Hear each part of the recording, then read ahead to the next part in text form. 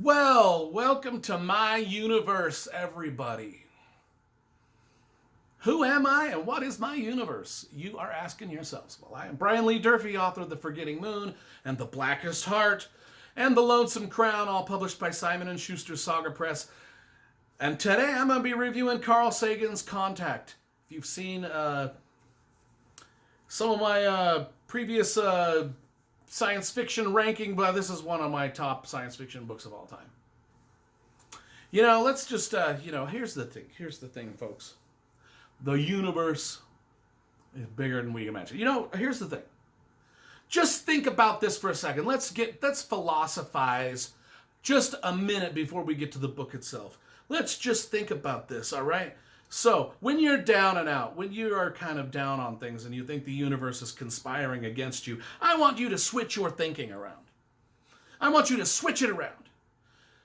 The universe is not conspiring with you or against you. Like, the universe is against me. Everything's going wrong. Woe's me. The universe is just piling heaps of crap upon me. The universe is against me. No, change that thinking right now. The universe is not against you. In fact, the universe is working in your favor, like in ways you can't even imagine. Because just think about it. Just think of all the vast, vast stars out there. We've all looked up into the stars at night and just been like, there are so billions and billions and billions. I mean, trillions. And that's just in our galaxy. There are so many trillions of stars and possibility for so many different planets. And then the universes are just beyond that. I mean, it's just unimaginable, right? And so, but yet here we are alive on this planet that's just far enough away from the star, the sun, that we rotate around, and our planet is just far that it can sustain life, and that right there is a 1 in a trillion chance for life to be here on this earth. So right there, the universe is working in your favor. And now we got just this planet here, okay? We're born in time and place. Like, especially if we're born in America, the universe right there is, again, gifting us with treasures and riches greater than the lottery could ever gift us with, because we're living in a place and a time where we've got cars and airplanes and houses that have air conditioning and heating and grocery stores that we can shop for our food in, and Golden Corral buffets that we can just go in and stuff our big bellies with food. And that's just within the last 100 years that's come about. This earth was here for hundreds and hundreds and hundreds of thousands of years before any of that existed. And we could have been born in any one of those times. Let's say we were born in the 11th century and we were living in England and we had to worry about the Vikings raiding our village every year and killing everybody and kidnapping us. And we had to worry about killing our own food, and let's say we were born in the 1850s. It's just 150 years ago. It's still miserable. We're still hacking our way through the forest, planting crops, hoping, and it's a daily grind. And let's say we were born, somewhere else. Just the fact that we're born where the universe is, again, the universe has gifted you with. It's not working against you, folks. It's working for you. And then let's talk about just your own family. Your own mother and father, got together. After marriage, they were married when they did this, of course. This happened in a marriage. They procreated and had you. Your father, his sperm, went into your mother. And of the trillions of sperm that went into your mother, you were the squiggly little guy that made it to the egg. Out of the trillions. Again, the universe gifting you life. And that's just that one time that your father was with your mother. Think of all of the other gazillions of dead sperm that come out of your father that just dried up on some towel. I know we're getting graphic here, right, folks?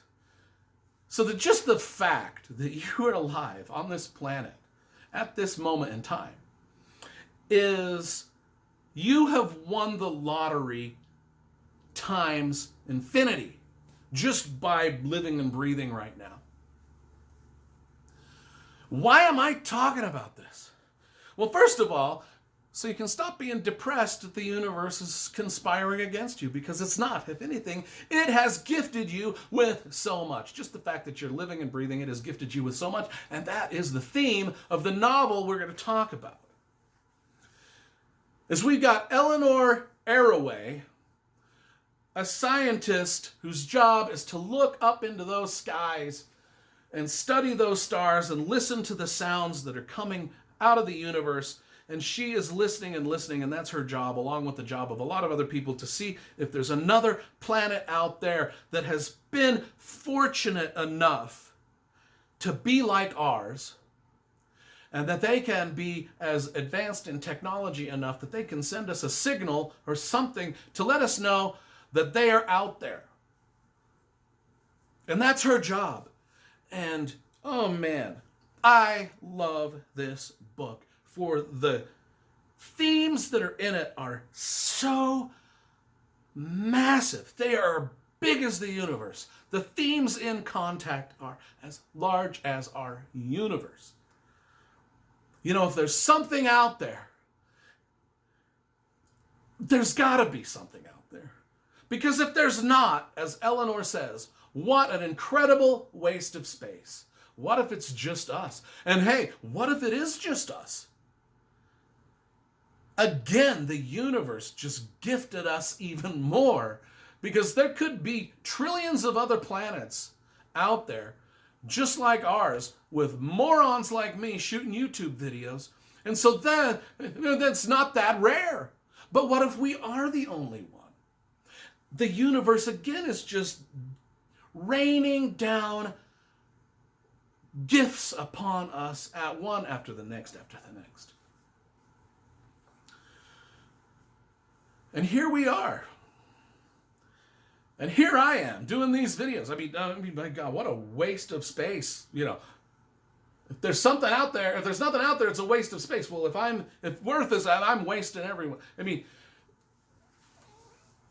mean, please, folks. I mean, come on. Let's be real here. What are we doing? We're living our lives on this planet, wondering where we came from, where we're going, what we're doing here. Are we living in a multiverse? Is this string theory a thing? Is there a multiverse where there's tens of thousands or hundreds of billions of different versions of me in a universe somewhere where I'm married to, where I'm president instead of Trump, or I'm married to Scarlett Johansson? And by the way, in the universes where I'm married to Scarlett Johansson, let me just say, Scarlett, I'm sorry. I'm sorry you're stuck with me. But I'm very happy to be with you. But then in other universes, I'm probably like, God, who knows what I am in those universes? Maybe I'm the next Bruce Springsteen in some of these. Maybe I don't know, That's the thing, that's the mind-blowing thing about this book, is it gets you to think about all of that stuff just in one book. All of life's big questions just in one book. And Eleanor Arroway is studying these stars, and then she gets a ping, ping, something's out there, and it's sending a message, and we get the message, and it's freaking people out, because people are like, oh my gosh, I used to believe in Jesus Christ, I used to believe in this religion, that religion, but none of my religions taught me about aliens. So now what do? How do I wrap my head around that? So then there's a lot of people that are now, because let's think about it. In reality, if aliens did kind of contact us, religions are moot at that point, right? And people are thinking, what goes on now, So the religious people are getting freaked out. And Eleanor Arroway, she can't, she's like, she don't like the religious people, And so they build this machine. So the messages come from outer space, and the outer space message is just this: hey, build this machine, and it will rocket you to our planet, and then we will, So they build the machine, and, spoiler alerts. Okay, if you don't want spoilers, let's not go any further, but I'm going to give some spoilers here because it's part of the book. And it's part of some of the stuff I want to talk to you about in this book is. So if you don't want to know how this ends, if you haven't seen the Jodie Foster movie, which by the way follows the book pretty close, yeah, there's some major differences towards the end, but it follows the book fairly close. If you haven't seen that, and if you haven't read the book and you want it all to be a surprise, stop right now. But let's do spoilers right now. So they build the machine. They go up. They get into the machine. They go up, and they come back. And they tell the world this magnificent story of what they saw, and nobody believes them. Because to the world's view, nothing happened. They turned the machine on, and it turned right back off. And they're like, no, nothing happened. No time went by. Nothing. You guys weren't shot off into space or nothing, man. What do you never went to any sort of other planet. And they're like, now in the book, it's a group of people that go. In the movie, it's just Jodie Foster that goes. But in the book, a group of people go. And they're like, no, we saw this, that, and the other. And people won't believe them. And now they're like religious figures themselves. Because it's like every prophet, like Moses, Allah, Joseph Smith, everybody that's seen visions and says, hey, no, I seen a vision. And it's like, no, we don't believe you. You're nuts. Well, now these astronauts are in the same position as these religious figures and they're like, no, we promised we saw what we saw, right? And then people are like, nah, you crazy. Oh, the themes that underlie this book are just mind-blowing. I love this book. It's one of my favorites of all time. Because it just makes you think about everything from your place in the universe to what you believe about religion to what your faith is or faith may not be and how you react to all of the above. If there's nothing out there, it's an awful waste of space. And if we're the only planet there is and Durfee's just shooting YouTube videos, that's a hell of a waste of time too. He makes you think about everything. What are you doing with your life? Because the universe has gifted you, like I went through at the beginning of the universe has gifted you with so many blessings and gifts. And this is your life. And it's a 1 in an infinity chance. 1 in infinity chance that you're even here breathing. And if you don't make something of yourself, try, dream, do, achieve. Buy all the books. That's my catchphrase on this channel. Buy all the books. We don't just buy some books here. We buy all the books. Do something. Love your life. Because the universe spit you out into it, and you got to do something with that. I'm not good at metaphors, folks. I was going in a direction that didn't gonna make any sense. But you know what I'm saying. The universe it ain't working against you. It's working for you in astronomical ways. So this review is part book review, part inspirational. Get off your ass. Do something with your life. If you haven't, if you are, keep reaching for the stars. Keep reaching for your dreams. If you want to write books, get writing. If you want to be the next American Idol, put in your application. If you want to do anything in life, do it. Do it great. Be proud of yourself. Help out everybody else. This is the only chance we got, folks. And it's a huge gift, an astronomical gift. It's a huge gift, astronomical. Let's make life good for everyone.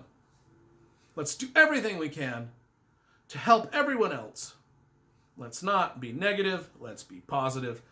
Because the universe has put us here. And by all intents and purposes, we shouldn't be here. You should be a dried up sperm on the edge of some toilet somewhere. That's really what, that's where all your that's where your trillions of brothers and sisters are. That's a fact, right? Anyway, if you put up with this video this long, God, that's 30 minutes of your life you'll never get back. That's the universe crapping on you right there. 10 out of 10, Carl Sagan's Contact.